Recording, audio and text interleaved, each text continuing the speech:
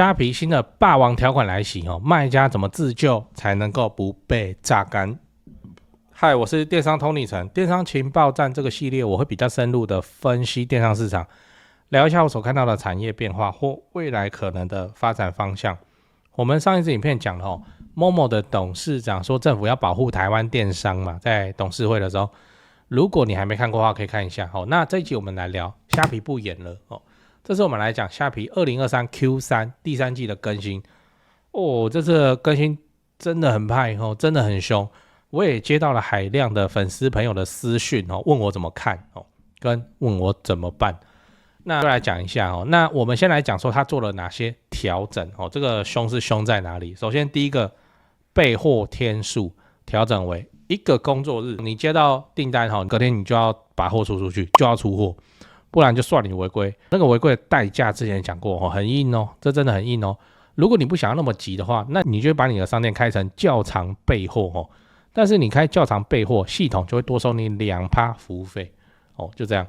第二个是免运补贴方案调整哦，现在就会多一个方案是全店每笔订单60元哦可以选，这看起来好像是给卖方更多的选择。这我讲一下哦，就是说。免运嘛，虾皮现在就是对消费者都说免运，那个免运羊毛出在羊身上啊，所以是卖家这边要去一起分担的就对了，然后就有选项给你选哦，每笔订单60块哦给你选，还是第二个做法，这个我等一下会提到。这看起来方案1、方案2好像是给卖家怎样更多的选择，但它是虾皮呢，对不对？它今年是收割之年呢，所以这个就对啊，怎么可能那么单纯的对卖家好？卖家只能够目前的方案2选1哦，那不能够说我卖的商品比较便宜，那我选1啊，另一个商品哦它怎样我来选个2哦，不能这样哦，你就是只能选择一种。我们就岔出来讲，每笔订单60块哦的这个服务费，就是虾皮在做免运，大家一起跟我一起普天同庆就对了，大家都出一点哦，就这样。好，来这个60块服务费谁会选哦？我们回除回去就知道了哦，60块除以它的方案2，不然就抽7%哦。除下去之后，60块去除7%，就857块。也就是说，你的订单单笔订单总额如果超过了857块，哦，那这个方便算哦，我们就算850就好哦。你的订单金额要超过850块，你去用它的新方案才划算哦。我说的是卖家，我们今天这个都讲卖家哈。好，那个完全不讲消费者那边，我这是 B2B 频道啊，所以那个虾皮。我们都讨论那个卖家的生死局就对了。好，那这个门槛你要到850块啊，这个门槛对虾皮卖家来说，我跟你讲超级高哦，超级高。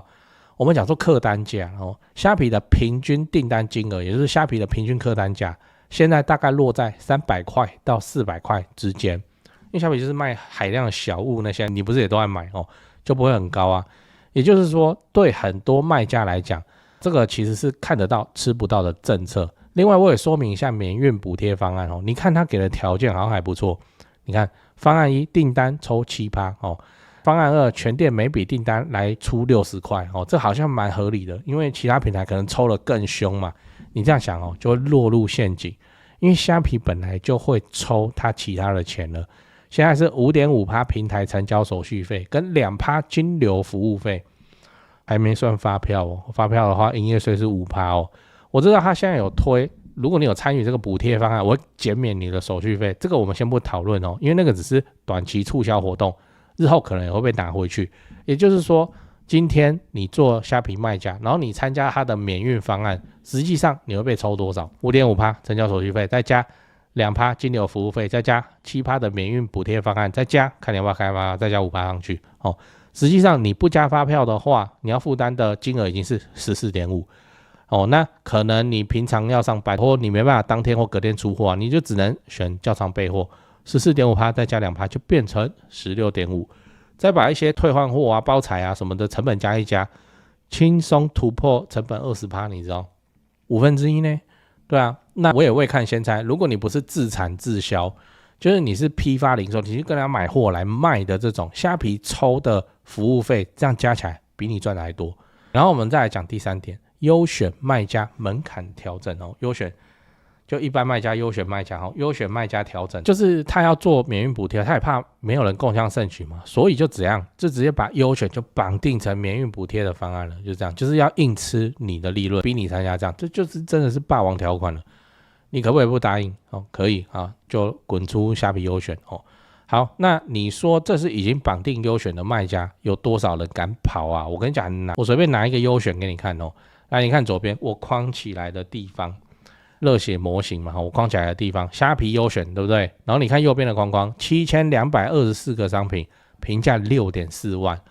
这代表什么？代表它虾皮就做起来，而且做得不错哦，不然怎么会有6.4万，对不对？6.4万，而且它的评价都是5颗星呢，那很厉害了吧，对吧？我们再来看下一张，当你的商品能够透过虾皮卖出几百个的时候，你要怎么跑嘛？对啊，像这个是卖模型玩具的，就很典型。它不可能是它所有的商品它自己生产的嘛，它一定是怎样？跟代理商交货，然后代理商跟原厂交货嘛，就这样啊。所以你会遇到的问题是什么？它货已经叫了，你知道，所以不能够说虾皮优选现在筹那么多，算我不干了，不行，变成硬着头皮也要上。这个政策只能先答应下去了，不然那些模型怎么办？那假设说不然我慢慢调整好了，我慢慢卖。这时候你会遇到另一个问题，就是你是跟人家拿货的，别间卖模型的也是跟人家拿货，说不定你们拿货的还一样嘞。那你之所以卖得动，是因为你量大，所以你拿的稍微便宜，在虾皮也可以卖稍微便宜，对不对？好，今天你跟代理商说，虾皮现在这个政策调整之后变难卖了，我的毛利不好控了，我拿货要拿少一点请问你下次进的时候，代理商还会给你一样的优惠条件吗？怎么可能？这个模型我还知道一点，都要包货的我就让你硬吃下来啊。也就是说，如果你是虾皮优选卖家的话，你只能保佑你毛利结构上你有7%空间可以硬吞，就这样让你的生意可以继续营运下去。注意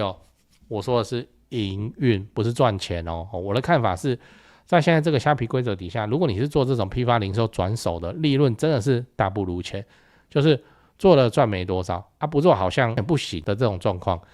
然后你要知道大家的反应是什么？哇，这件事情当然是炸锅了，你知道？我们来看脆上的几个卖家的发言来，第一个发文9.4万次浏览9.4万次，好扯，2天就已经够扯，现在改成1天内要出货，之前还硬收较长背后2%手续费，真是谢你耶，这是超优质的购物环境对不对？好来，那第二则发文1.7万次观看。虾皮是疯了吗？强制优选卖家手续费再加7%，来到全部加起来 19.5%，19.5 是那个他有开发票听到你觉得怎么样第三则发文 5.6 万次观看，虾皮已经疯到 19.5% 了然后他说没事，30万的虾皮卖场我继续放着不用，这就是虾皮大卖家早就跑掉的这种，就会长这样，他就没给他就放在那里。所以你看这一波下来，没有人挺虾皮呢就没有人挺虾皮，因为他们这次真的是太抽惨了就这样，也印证了我们之前的那支影片，你自己看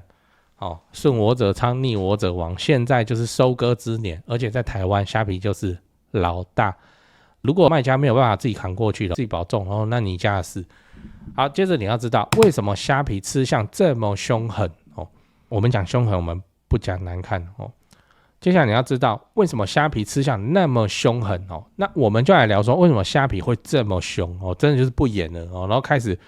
等于是剥削卖家除了他在台湾这个零售市场已经称王以外，还有没有其他原因我的观察是2点。第一点，他在物流建设上投太多钱了，现在需要去补血就这样。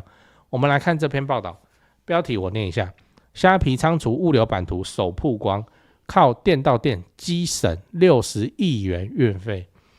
，2000间店取门市紧追统一全家那内容就是虾皮现在的店到店门市已经超过2000间，说不定你家巷口就有，对不对？然后超过70%是自取店，就那个没有店员的那种。所以我乱讲他们内部会不会是这样子想的嘞？这我乱讲的因为我们现在看一看，好像都有1400间以上的自取门市了，对不对？自取门市是24小时呢，那你要寄货也可以寄取货当然是可以取。那既然现在是24小时可以寄货的状态，那我为什么不把出货的时间就给它缩短1天？反正卖家他可以半夜来寄对不对这我自己乱想好，那我们来看一下它店到店的分布图。夸张哦，密密麻麻，密密麻麻，就跟那个橘子上长出霉菌那样密密麻麻。然后你看它特别标示出来的永和地区哦，不就已经到了真的是大街小巷大概都有一个店到店的意思吗？换句话说，它在这几年中开了非常多的店到店哦。他们展店速度有多快？来，我们一起来看哦。第一间虾皮店到店什么时候开的？知道吗？电商从业人员，你知道吗？哦，第一间虾皮店到店，来，我跟你讲，2020年11月23号哦。这个就是年底了，我们就直接算2021好了。从2021到2025的6月，我拍这支影片，现在已经有2000多间的虾皮店到店了，展店速度真的很快。那你说它为什么扩展那么急？未看先猜，应该是2022，然后就跟 OK 分手以后，虾皮内部就意识到说还是要自己做主啦。这个靠便利商店来出货不是不行，只是人家就想办法弄我就对了，因为他们也要做电商嘛，就这样人家到时候看怎么样，然后绊我一脚或者是怎么样不玩就不玩就很麻烦，而且出货量那么大一个弄不好，这个弄不好往往是超商的物流出的包但是这个锅都是那个虾皮要来背，就不好嘛。你再想一想，在那个2022以前，是不是虾皮的大大小小寄货的问题一大堆，对吧？就这样。然后他们有了自己的物流以后，这些情况就大幅的减缓下来就不会再像以前一个客服明明是超商体系的锅，可是都是虾皮要背，然后又产生连锁反应，然后又说什么他中资什么有没的就这样又烧起来了。所以他们还会加快脚步去推出自取店。开店不是小钱，他要怎么说服股东这笔钱我们就要给他花下去？不就是说这笔钱就是要花，因为可以让我们消费者的使用体验更加好，然后这个钱从哪里来？当然从卖家身上来，不然呢就这样。好，所以虾皮在 Q3 使用了这么激烈的手段，应该就是为了要去拿回以前前期的物流的投资。第二点跨境电商也对它造成了很严重的伤害，这个就不用说了。专注本土电商的 Momo 都因为跨境电商的大举进攻，现在快要趴在地上。那当然，买淘宝买1688来卖虾皮的这些卖家，营收他们也在崩崩掉了，营收要去哪里补？对啊，这个 Momo 都给他做到市场第一名了呢就虾皮很多大卖家都给他做到国内的这个品类的营业额第一名了，然后都在崩都崩去哪里？崩在现在消费者可以直接到淘宝去买，99块人民币免运，对不对？那虾皮它的营业额它的血也在掉的情况之下，它要去哪里拿？当然是卖家身上就卖家这边再把肉再刮下来一点拿来吃那不然你有什么更好的想法吗？例如我前几天看到的这个贴文字有点多了我大概讲一下这个卖家虾皮做6年，然后年营业额给他做到1000万新台币的等级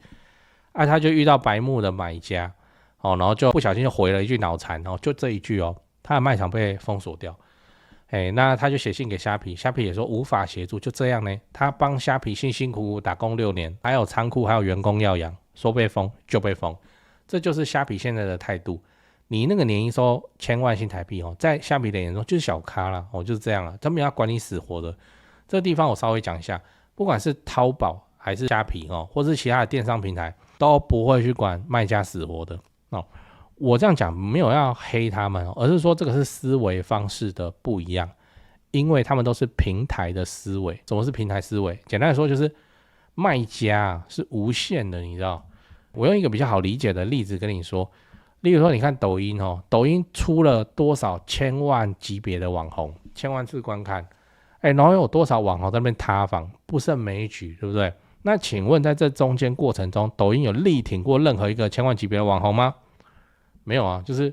塌房一个我就切割一个，然后我就再补一个不就是这样？为什么？因为他手握流量他只要流量灌下去他要去创造出下一个1000万现象级的网红，就很简单，超简单的事情所以单一个网红并不重要那持续有这个新鲜的网红跑进这个市场，对观众来说这个才比较重要。我们再把场景切换回来虾皮来看，你看是不是同样的道理？对虾皮来说，封掉一个年营收超过1000万的卖家有差吗？对啊，有差吗？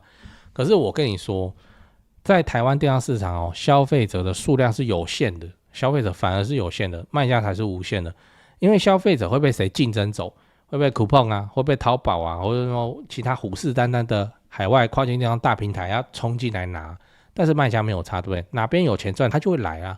就是这样。所以虾皮会觉得没差，因为很快他就可以亲手培养出下一个年营收过千万的卖家，那流量倒给他就好。下面流量多大啊？现在还有那个直播跟短视频，对不对？短影片啊，那个短视频是中国的用法，我们做很多中国电商功课，那个用语都会影响到。好，而且虾皮的营业额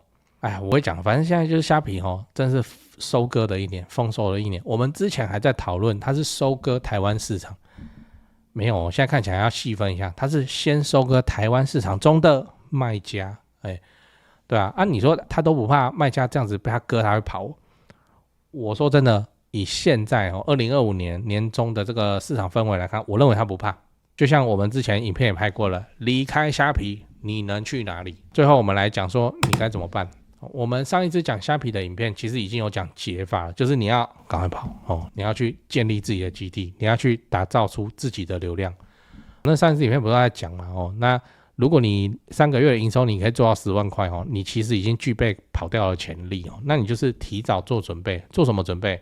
我的建议是先盖自己的品牌官网，然后逐步布局自己的全通路，这样的做法对你来说是最安全的。那你现在要思考的一个问题就是，那我要去哪里生出流量嘛？那最好是便宜的流量。我也会看先猜，假设你现在马上离开虾皮，然后你就盖品牌官网，然后你就在那边卖商品，你应该是前几个月都没有订单因为品牌官网的生意需要怎么样？自己导流量。它不像虾皮是它把流量聚集在虾皮，然后看怎么大家来抢或者它分给你这样。品牌官网就是真的是你想办法一切自干，你自己拓荒就对了，很辛苦。所以你就会开始需要什么？自己去学广告投放你就要找 KOL 来做宣传等等的，签他的那个素材使用权等等。这时候你才会意识到说，哇，原来虾皮其实还蛮猛的它这个流量你自己来拿那么贵，然后虾皮可以聚集这种海量的流量。什么流量会去虾皮？就是要花钱的流量去虾皮，你知道？如果一个流量他跑到 TVBS 的新闻，他要干嘛？他会花钱吗？不会嘛，对不对？他就看新闻而已。那流量会跑到虾皮去，那个就是口袋里就是准备要把钱花掉的流量就是这样。他可以聚集到这些要花钱的流量，很厉害啊，真的很厉害。他们也是所费不赀啊，又花了海量的钱去打造出这个流量的帝国。这时候你才会意识到说，原来流量那么贵恭喜你这就是你成长的第一步品牌官网的第一步。接着你就会开始思考，那我要怎么弄到便宜的流量很可能你就会开始往 TikTok 拍 IG Reels YouTube 这边开始前进，也就是我们之前影片讲的做自媒体。做自媒体是现在的电商版本答案，真的是这样例如我前面讲的那个热血模型虾皮优选的这个他如果不想做虾皮不想再被虾皮继续剥一层皮怎么办？做自媒体。现在有非常多的 YouTuber 都在做玩具开箱，要做那个就好了。然后人家看到真的有想要就跟他买既然都要跟他买了，是不是在虾皮结账？这个有很重要吗？不会嘛，所以他就可以不用被虾皮压制的死死的，这样也能保留自己的毛利。那慢慢的就会在他的品牌官网就是自己有客人这样。我跟你说，品牌官网流量不用大品牌官网它流量要准比较重要。如果是经过你的介绍，开箱文的介绍，然后人家要买，就直接点到你的品牌官网里面去。你要这种流量就好，品牌官网不应该在那边追求什么一个月流量30万、50万，是有什么用你要追求的是一个月订单1000张、2000张。那即使你的那个流量可能也不高，2-3万而已，可是你就做出了营收，这个才是漂亮的经营的解法。品牌官网就是这样要讲不完行销面的事情但有自己的官网，有自己的基地比较安稳。如果那个像我刚刚举例的热血模型，他还要继续蹲在虾皮，没有不行只是我们不知道他自己也不知道说明虾皮内部开会还没开出来，虾皮自己也不知道他未来要出什么招，然后还会让卖家在身上就是都被捅几刀，都不知道，对不对？然后你要做你就去继续做讲八卦讲八卦。现在不是说我就在 7biz 这里服务，所以我怎样我都硬扯回那个品牌官网这里，而是对虾皮就是这样你没有自己的基地，你就是在别人家的船上讨生活，你就是要看虾皮船长的脸色，对不对？他现在说明天缴税，然后门就关了，他就回去了你就是要缴不然怎么办？你就被踢走了，就是这样那你没有自己的基地，你就会遇到这个情况那我跟你说我的经验就是，我当然服务过不少就是虾皮卖家，然后跑来找我们跑来找我来开那个品牌官网的这个客户不少我跟你说啦，什么品牌官网留下会员资料去长期去做会员再行销可能用订阅制什么，听不啦，谁听得懂啊？他们为什么那么来找我们，然后那么急最核心的原因是什么？最核心的原因是他店被封了啦，就跟刚刚那个年营业额过千万，就不小心回来脑残就被封一样啦，他被封2次封2次比比皆是真的是比比皆是，然后就气到了气到怎么样？气到就是那不行，那我自己做好。他也很尽心尽力的去回那些客服，他没有骂人家，你就是会被封。为什么？因为同行依然闹你的嘛。现在虾皮的那个关键字政策也是很凶，虾皮要抽这个，所以他就不能允许说你把虾皮的消费者拖到外面自己成交，有没有？拖到外面自己成交就抽不到了。所以说现在的那个聊天里头都不能够出现那个关键字，比方说这个真是防不胜防你很小心的不提到 Line ID 这些东西那个买家不知道说，那你 Line ID 是什么？让我加一下，好你就被警告就这样，防不胜防就会变成这样。所以说还是会有自己的机器，这件事情我早就有体会过。我看他们这样子火急火燎的跑来找我们，就是他虾皮店被封2次，就这样，然后重做一个很难做呢，重做一个评价什么都要重新累积，然后又被检举了就会发生这个事情。你要有自己的基地了。然后再来说另一个情况就是现在台湾电商市场就站在一个拐点嘛那个我们讲2个市场，一个是中国电商市场，一个是欧美的电商市场。中国电商市场是这样，中国电商市场它只有平台没有独立站不是关于政治的独立而是就自己做的站叫做独立站，就像品牌官网就是一个独立站，然后你去开一个虾皮店，好，那个就是平台站就是这样。好，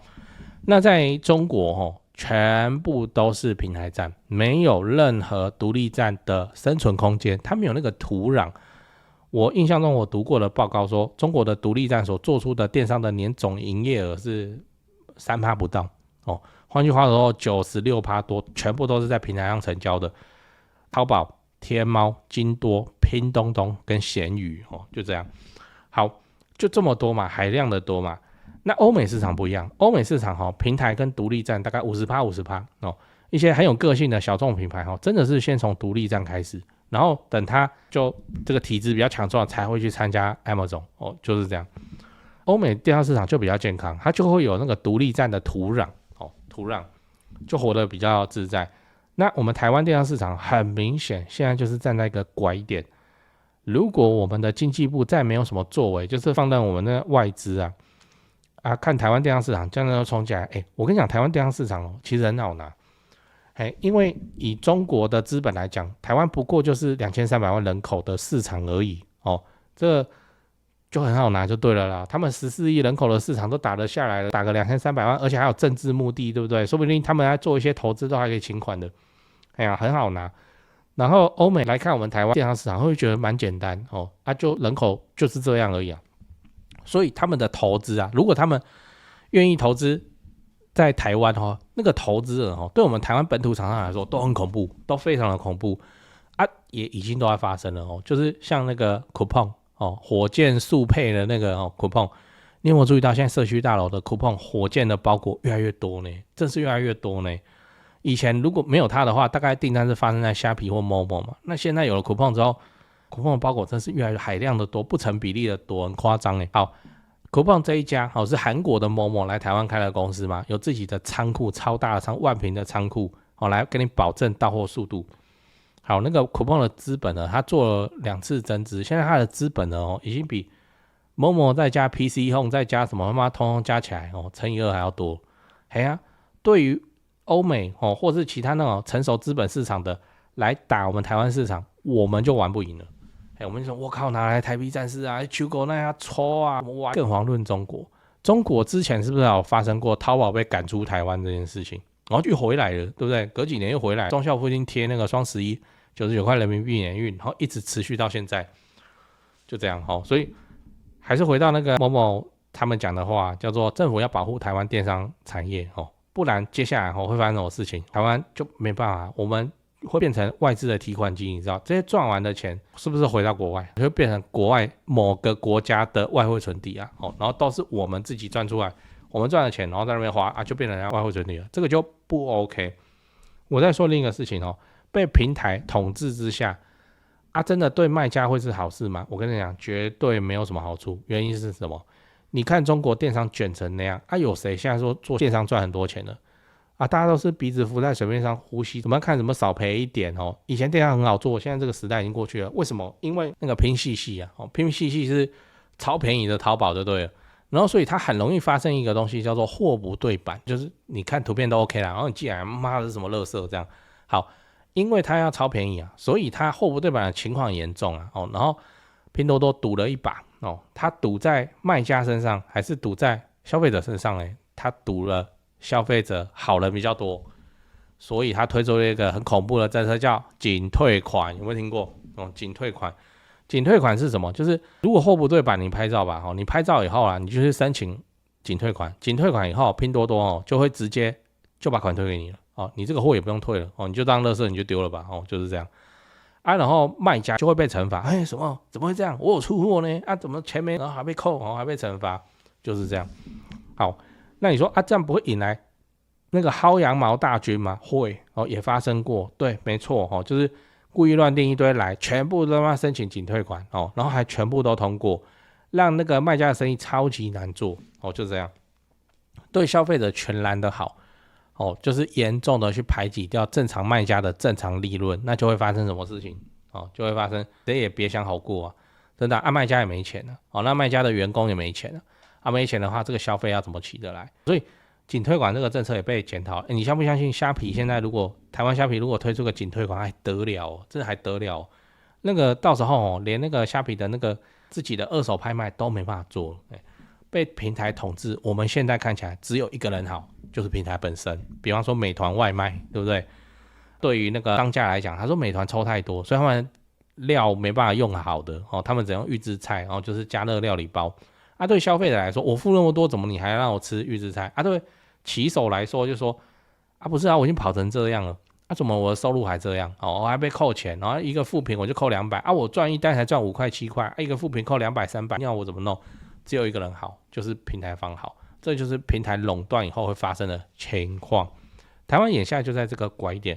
如果政府没有就适时的介入的话，这不是说你们民间自立自强就搞得定的事情不好意思，人家说台币战士那个资本额就比我们国内电商的上市公司加起来乘以2还要多了，你要我怎么自立自强？政府出手干预吧。就像印尼的电商蛮屌的，就是它禁止电商那个 TikTok 直播卖东西，它保护那个产业保护他们的实体零售，当然就会有消费者在骂，实体贵那么多什么它保障多少工作机会？这一个链条下来产生多少税收这个国家才能有办法稳定下来，人民才有办法赚到钱，不然就会变成说现在极端无脑的。那个之前影片都有留言没好想你知道，他就想说没有，我是消费者，我最大，我就是要便宜我管你们其他人怎么好。他没有想到的事情是他自己的工作上班也是牵系于这个中小企业自己本身的获利。好，所以他日后可以买到超级便宜的商品可是他根本找不到工作，失业了，找不到工作，这样有比较好吗？所以接下来这个也不是我们一个电商 Tony 层什么屁人在那边讲就有办法改变的事情那也不是一个某一家公司就有办法改变的事情。接下来好像要看政府跟民间协同起来一起合作，看怎么样去保护我们台湾的电商企业，不然我们就会变成下一个中国市场，也是所谓的平台垄断。平台垄断，我跟你讲，大家不用玩了，不用玩了，怎么玩？中国的供应链我们要怎么玩？玩不了的啦。讲这个越讲越生气，总之就是这样。离开虾皮越早越好，独立站，独立站。我再强调一些，真的不是因为我在这里服务，所以我要一直跟你讲什么都要扯回官方网站。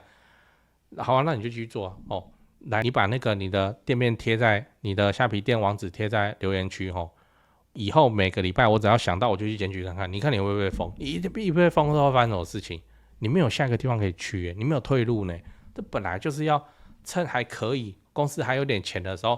你就要把你的基地这样慢慢把它打造起来不然怎么办？我要推荐你一堂，就是怎么做品牌代理的线上课程